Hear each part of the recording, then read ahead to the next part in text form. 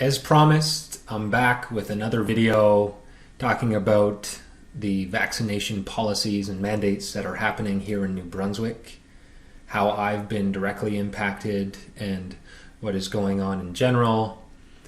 And in this video, I wanted to talk about a letter that I sent on October 18th of this year to Premier Blaine Higgs, to Dr. Jennifer Russell, to Dominic Cardy, the Minister of Education, and to George Daly, the Deputy Minister of Education.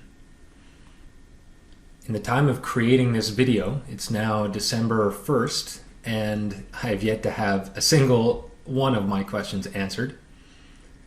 And at this point in time, I, along with thousands of other public servants, have been placed on unpaid leave without access to any financial supports to bridge that gap in the interim.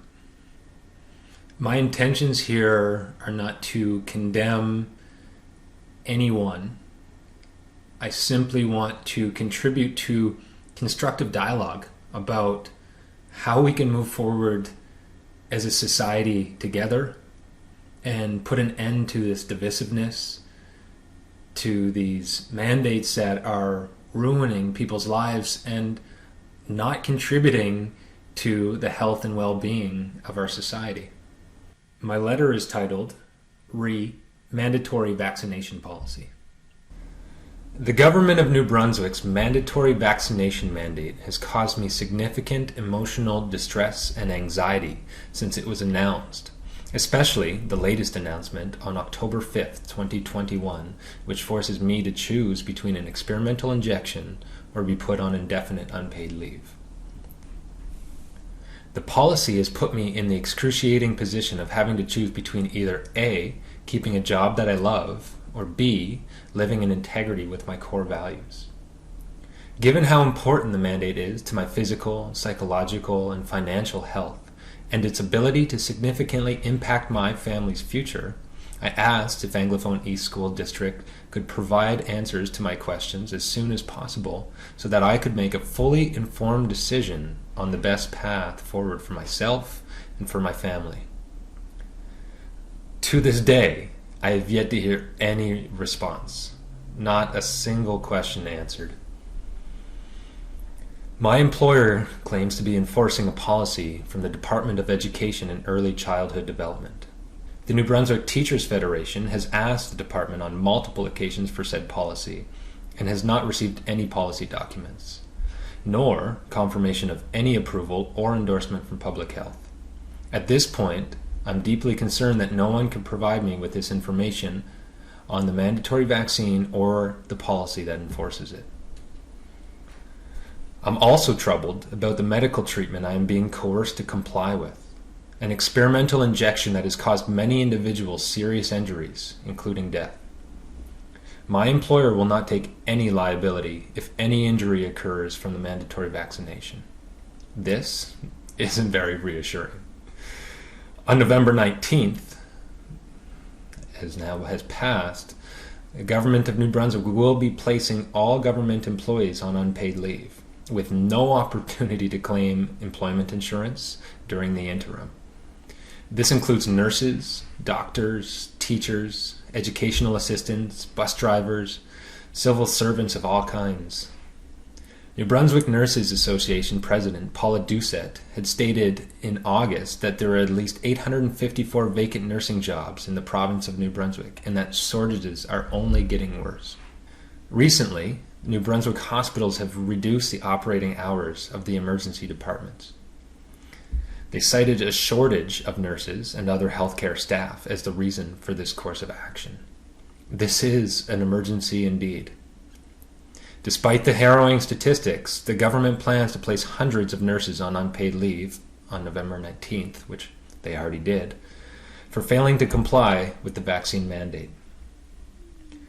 As we enter the 2021 and 22 school year, school districts are already facing a significant shortage of supply teachers and educational assistants.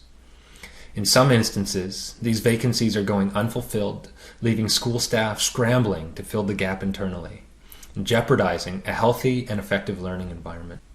Again, on November 19th, The government put highly experienced staff, veteran educators with up to 30 years experience, on unpaid leave and will need to recruit and train inexperienced educators to fill their place.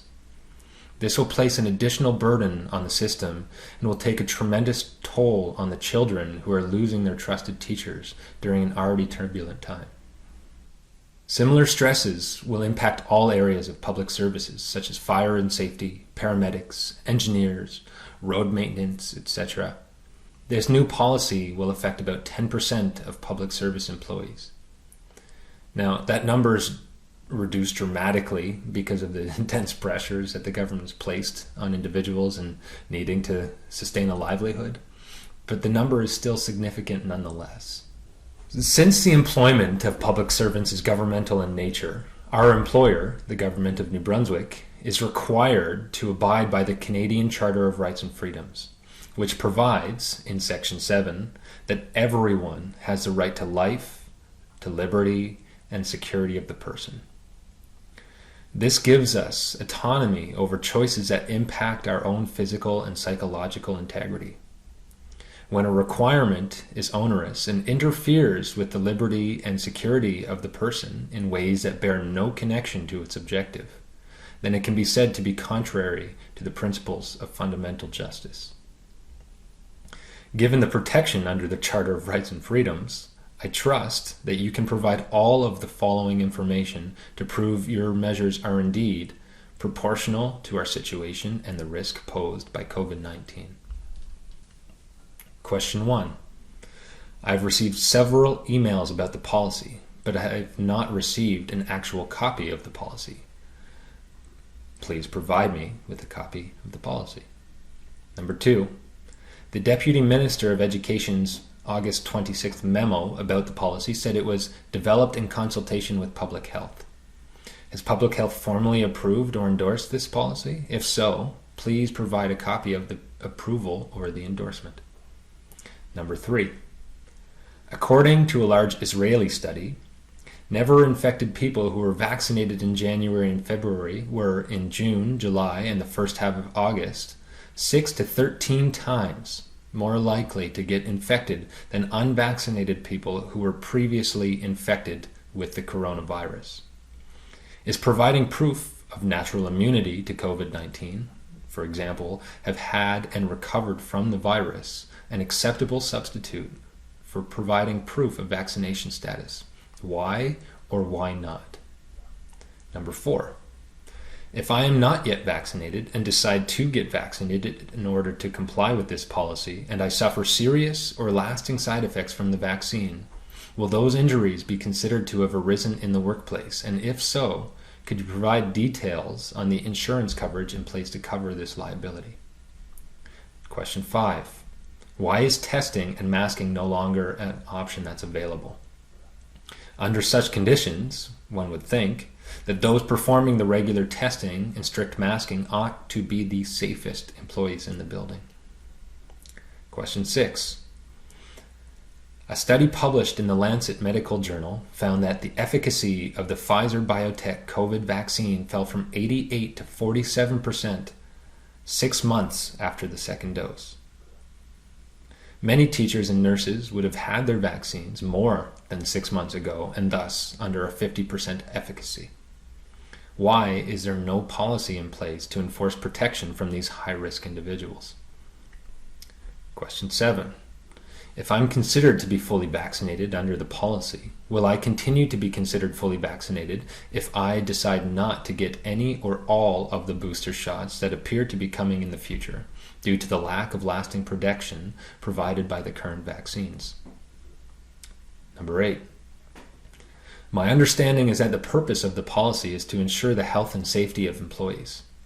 Given the mental health toll that this policy is already having and will continue to have among employees, and the knowledge that both vaccinated and unvaccinated people can spread this virus, can you please explain how this policy will ensure the health and safety of all employees?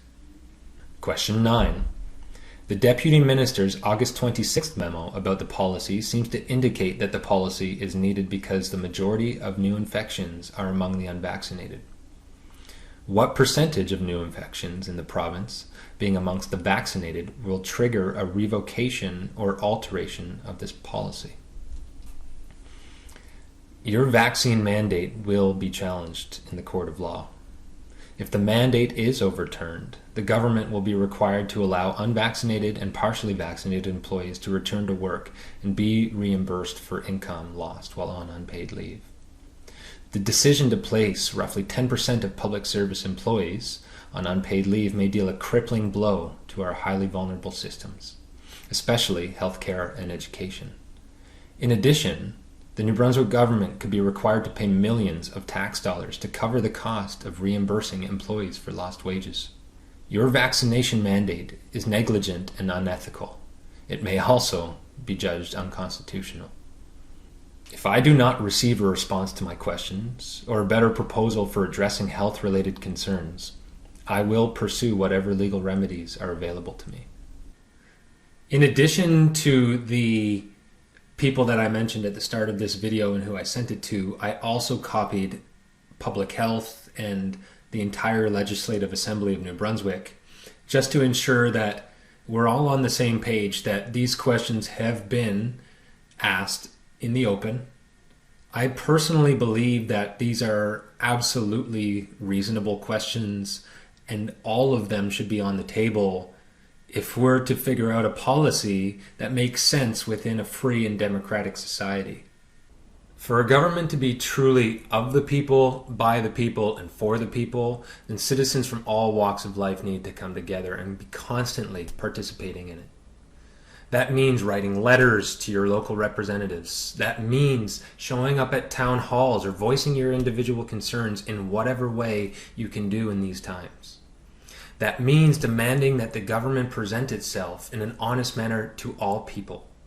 That means holding the news media accountable for presenting honest and unbiased information. It's the only way to make our government truly representative of all of our citizens. I genuinely hope that we can work together to have more appropriate and holistic dialogues about how to move forward and recognize that living in a democracy, we need to find a balance between safety and freedom. And as it stands, safety has completely steamrolled freedom in our society. And I trust that as Canadian citizens, we can do much better. I'll have more videos like this coming soon, my freedom-loving friends. And in the meantime, take care of yourself and take care of one another. Peace.